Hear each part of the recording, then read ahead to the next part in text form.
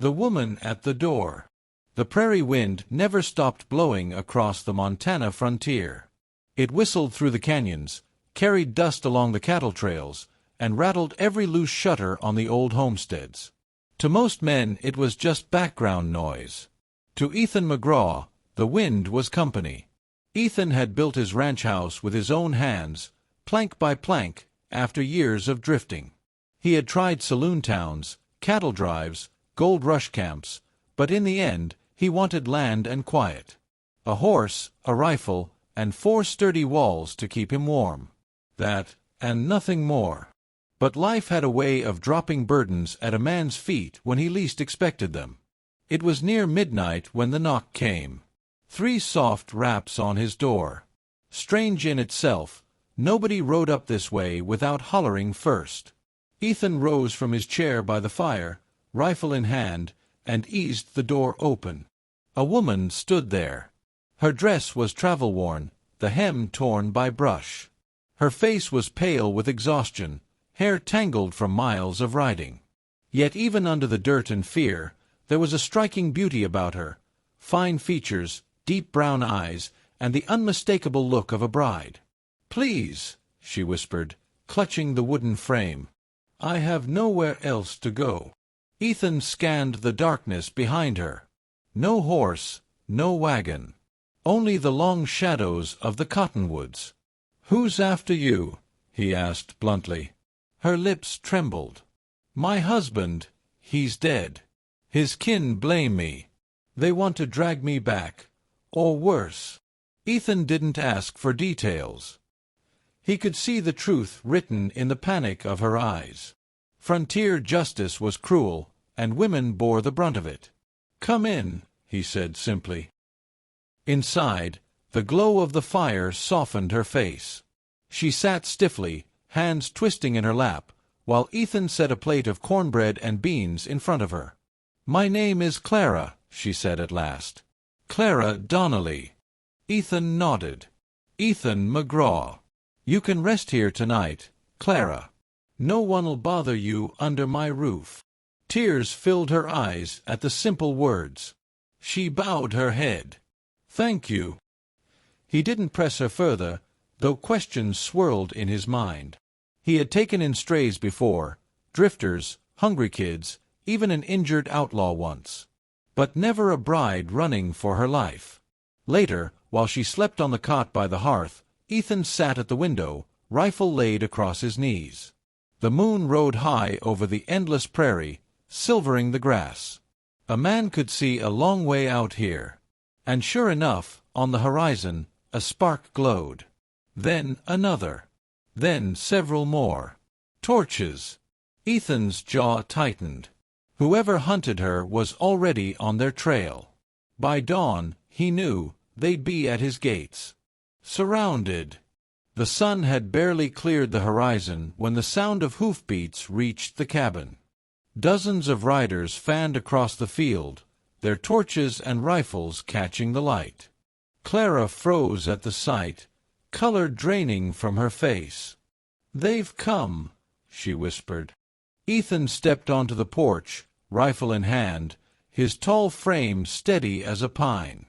Dust billowed as the riders drew up in a line, 30 strong, their leader at the front. A hard-eyed man with a gray beard and a pistol strapped low on his hip. "McGraw," the man shouted. "That woman in your house don't belong here. She's ours to take back. Hand her over, and we'll leave you be." Ethan's voice carried like iron. "She asked for shelter. She stays." A murmur rippled through the men. The leader's jaw clenched. "Don't be a fool. She's trouble. Her husband's dead, cause of her. She's cursed."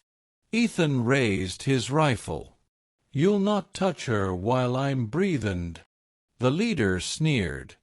"Then you'll die with her." The standoff broke with the crack of a rifle. Bullets slammed into the porch posts, splinters flying. Clara screamed, ducking back inside. Ethan fired once, dropping a man clean out of his saddle. Chaos erupted.